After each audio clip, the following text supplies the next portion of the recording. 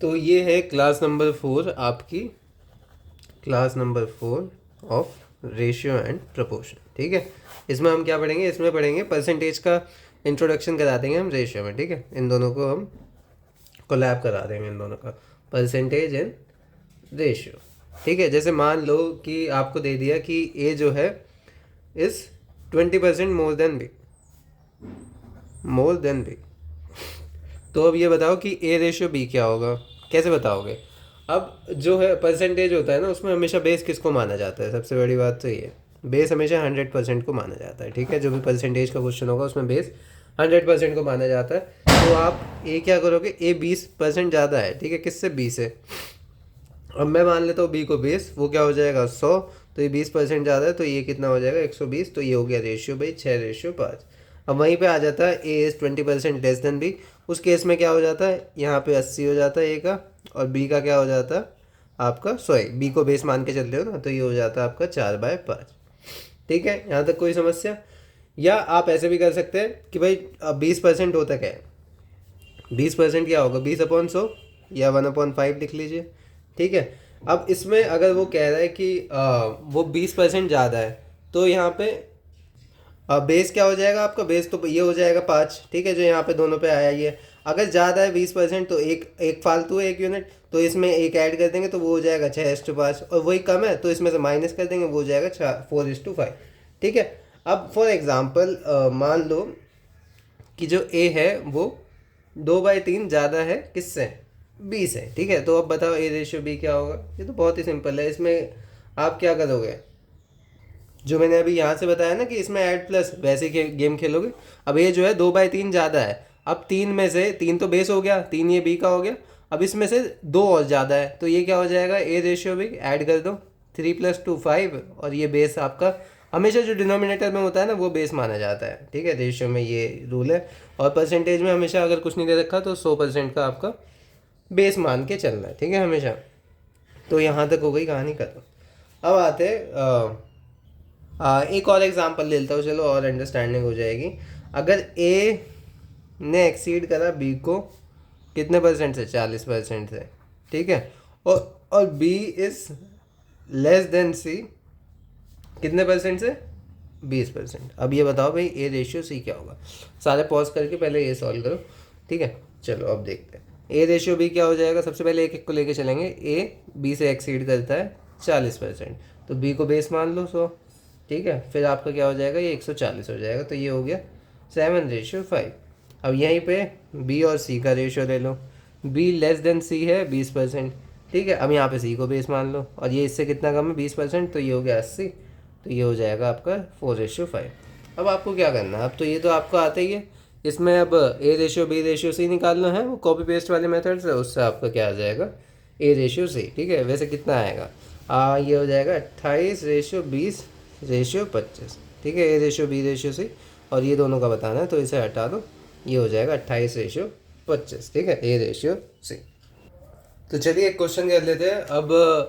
Mixture ले लेते हैं, एक 60 लीटर का भाई आपके पास मिक्सचर है। ठीक है, क्वेश्चन 60 लीटर का मिक्सचर है, और जो मिल्क और वाटर का इनिशियल रेशियो है, मिल्क और वाटर का इनिशियल रेशियो है वो है आपका 2:1। ठीक है, पर अगर हमें रेशियो चाहिए जो डिज़ायर्ड है, ठीक है, मतलब जो नया रेशियो चाहिए वो चाहिए हमें 1:2 भाई, इस क्वांटिटी में होना चाहिए। और आपको सिर्फ आपको इसकी क्वांटिटी नहीं छेड़नी, मिल्क की क्वांटिटी सेम रहने वाली है, बस वाटर को ऐड करना है। तो ये बताइए बस क्वांटिटी ऑफ वाटर कितनी फर्दर ऐड करी जाएगी ये रेशियो बनाने के लिए। चलिए कर लेते हैं, कोई दिक्कत नहीं है। तो सबसे पहले तो ये देख लेते हैं, इसमें 60 लीटर है तो पहले मिल्क और वाटर कितना है, तो ये आराम से निकाल लोगे। यहाँ पे 3 हो जाएगा, 3 60 × 20, तो दोनों को 20 से कर लो, कितना हो जाएगा, ये मिल्क तो 40 है पहले, और वाटर है 20।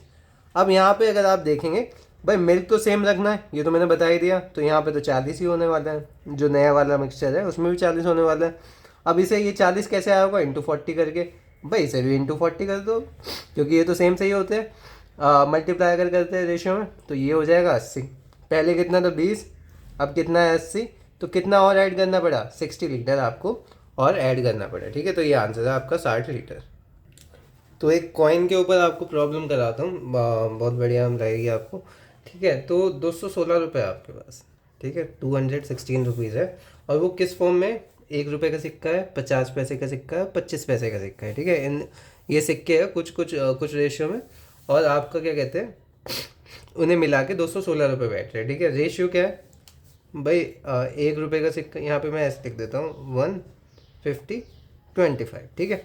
तो 1 रुपये के सिक्के, मतलब रेशियो बता रहा हूँ, हाँ, इन ये कितने के रेशियो है, ठीक है। ये इस रेशियो में है आपका, ठीक है। 1 रुपये का कॉइन, 50 पैसे का कॉइन, 25 पैसे का कॉइन, इस रेशियो में आपको गिवन है। और टोटल मनी आपके पास कितनी है, 216। तो आपको भाई ये बताना है कि ये 50 पैसे का कॉइन जो है वो कितने का है। अब सबसे पहले तो मतलब कितने कॉइन है ये 50 पैसे वाले। तो सबसे पहली बात तो ये हमें दे रखी है वैल्यू, ठीक है, ये दे रखे नंबर। तो हमें सबसे पहले जो बेस है वो दोनों का सेम करना पड़ेगा। तो इसे जो है हम पहले वैल्यू देखेंगे इसकी, इनकी वैल्यू कितनी कितनी आएगी। तो वैल्यू कैसे आएगी, अब वैल्यू एक की तो एक ही रहती है, ठीक है। जो 1 रुपये का है उसकी तो 1 ही रहने वाली है, मतलब जो गिवन है वही रहेगी वैल्यू, ठीक है। क्योंकि 1 यूनिट या 1 रुपया कह लो, दोनों की वैल्यू तो सेम ही है, ठीक है। अब यहाँ पे 50 पैसे है तो वो एक का आधा हो गया, तो ये हो जाएगा 50 हो जाएगा, इस दिस डिवाइडेड बाय 2, ये इसकी वैल्यू है, ठीक है। जैसे 1 रुपया है, 1 रुपये की वैल्यू 1 रुपये ही है एक कॉइन की, 50 पैसे ही क्या है 1/2 हो जाएगी। और उसमें मैं अगर इसके वो कर दूँ 25 पैसा, तो ये किससे डिवाइड हो जाएगा, 4 बन जाएंगे तो 1/4 हो जाएगी, ठीक है। इसी प्रकार से यहाँ पे 3/2 हो गया, और 25 पैसे कितने हो गए 4/2। ये इन्हें क्या कहते हैं 2 से कर दिया, और इसे 4 से, सॉरी यहाँ पे 4 आएगा, हाँ इसे 4 से कर दिया, ठीक है। यहाँ तक कोई दिक्कत। तो वैल्यू का रेशियो आपका आ जाएगा 4:3:2, जो कि हो जाएगा 9 की दे रखी है कितनी, 216 रुपये। कितने पे आया होगा, 24 से गुना करने पे। अब हमें चाहिए 50 का, तो 50 पैसे कितने कॉइन है, तो यहाँ पे अपने वैसे 50 पैसे की वैल्यू निकाल लो इंटू 24 करके, तो ये आ जाएगा 72 रुपीज़। अब ये 50 पैसे वैल्यू आई है कि भाई 50 पैसे की कितनी वैल्यू है, ठीक है। अभी कॉइन नहीं पता लगा, अब आपको कॉइन निकालने हैं तो क्या होगा भाई, 72 रुपीज़ है। अगर 1 1 रुपये के कॉइन होते तो 72 ही कॉइन होते। अगर 50 50 के होते तो क्या करते आप, इंटू 2 कर देते, है ना, यही तो करोगे। क्योंकि ये इसका आधा होता है, एक का आधा, तो इंटू 2 कितने कॉइन हो जाएंगे 144, 144 कॉइन हो जाएंगे आपके 50 पैसे के, ठीक है। अच्छा लगा होगा आपको क्वेश्चन बहुत ही,